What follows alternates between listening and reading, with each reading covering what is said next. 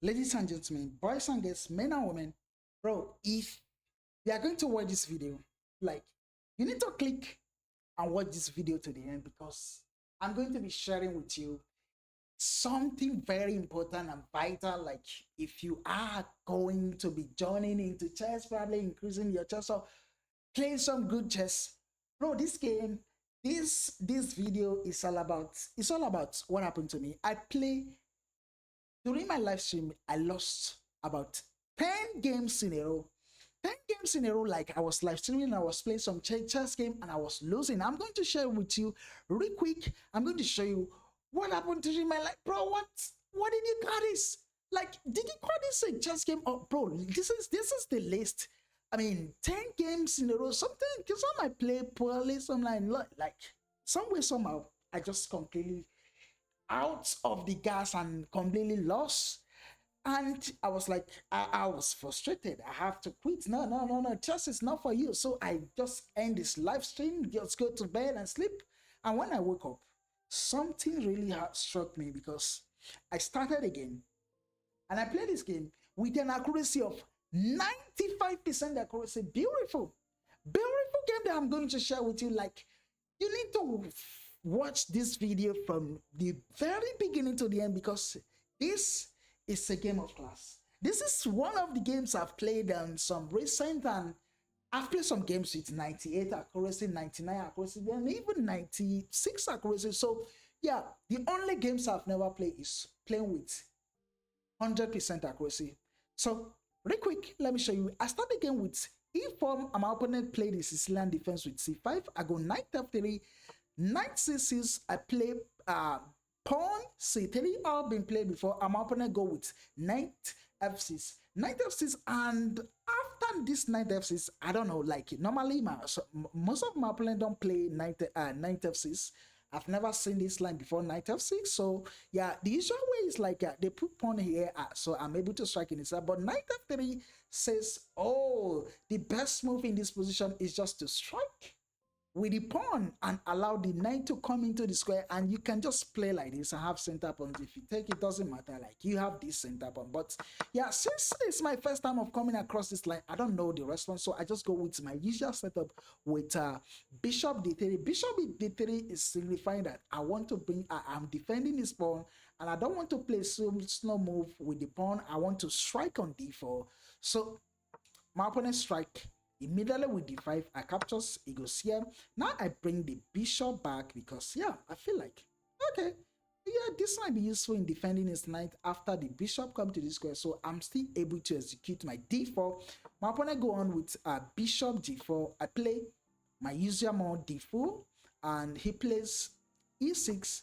I put bishop on f4. Stuff, he says, all right, what are you doing? Bro, kick the bishop away. Bro, bring the queen to e4, threaten the bishop. Okay, the bishop needs to move. Bishop back to e3, like supporting the pawn just in case some trade happen on this square, or probably the rook come to this square.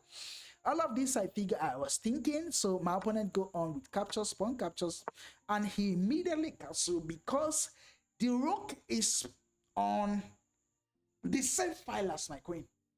And all right, in this position, I just continue with development. Knight hop into c3. He pinned the knight to the king with the bishop. All right, no problem. I castled and immediately captures the knight. I captures back, and now he strike with e5. The problem with e5 is that you can't take, because your queen is on the same file as the rook. You just lose your queen on the spot. So I need to move my queen, but in this position, moving the queen to a4 is not the best move. Probably the queen can come here. You know what?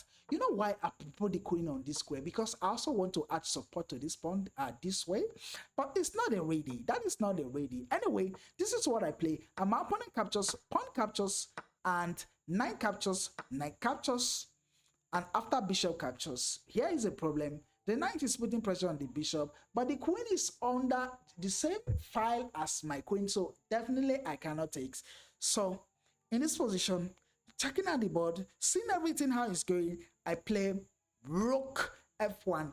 First, giving up a check to the king. He can't go. He can't go here. Like the queen controls the square. Like the only thing that can always cover the square is the queen. So rook f1 check. My opponent slide the king to b8 in this position again.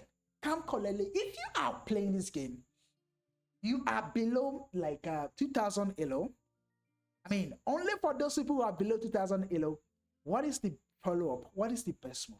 What is the first thing you think of in this position? If you find it, let me know in the comments. So in this position, I find a brilliant sacrifice with the knight. Knight c6 check. Knight c6 check. Bro, knight c6 check, not even going like you want to take the queen on the next follow-up, because the knight can also just capture.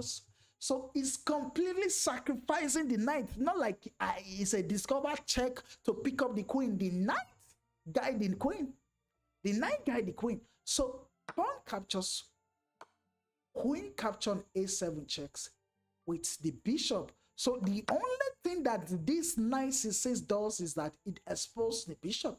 It brings the bishop to life. So in this position, what Stockfish wants my opponent to play is sacrifice the queen. And after captures king here, I take, this is the line Stockfish wants my opponent to actually play. But bro, it's going to be difficult for human to play it. So my opponent captures with the pawn. Now I give a check. King slide to c8. And I calmly bring the rook to b1. Rook to b1 is just threatening a mate in one. You know, the only thing that can save mate in one is the queen. The queen can come here to stop this checkmate, but then this is another mate. So mate in one like looks like unstoppable, but do you know it's possible for something to happen in this square? Probably my opponent can play bishop here, but oh bro, bishop here is just a free bishop because rook takes. The pawn cannot take. It is spin.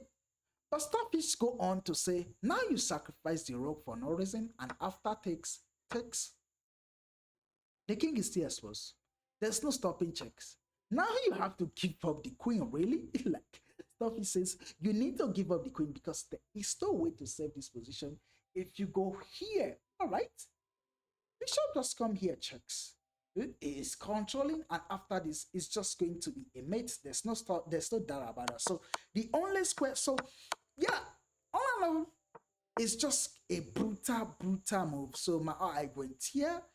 Now my opponent sacrifice the rook on d1, and after rook captures, he sacrificed the queen. Rook captures, and he played bishop to b5. Bishop to b5 is nothing because I play a4. a4, you can move the bishop. If you move the bishop, it's mate in one, a4, and in this position, my opponent just say, oh, I've had enough, all right, over.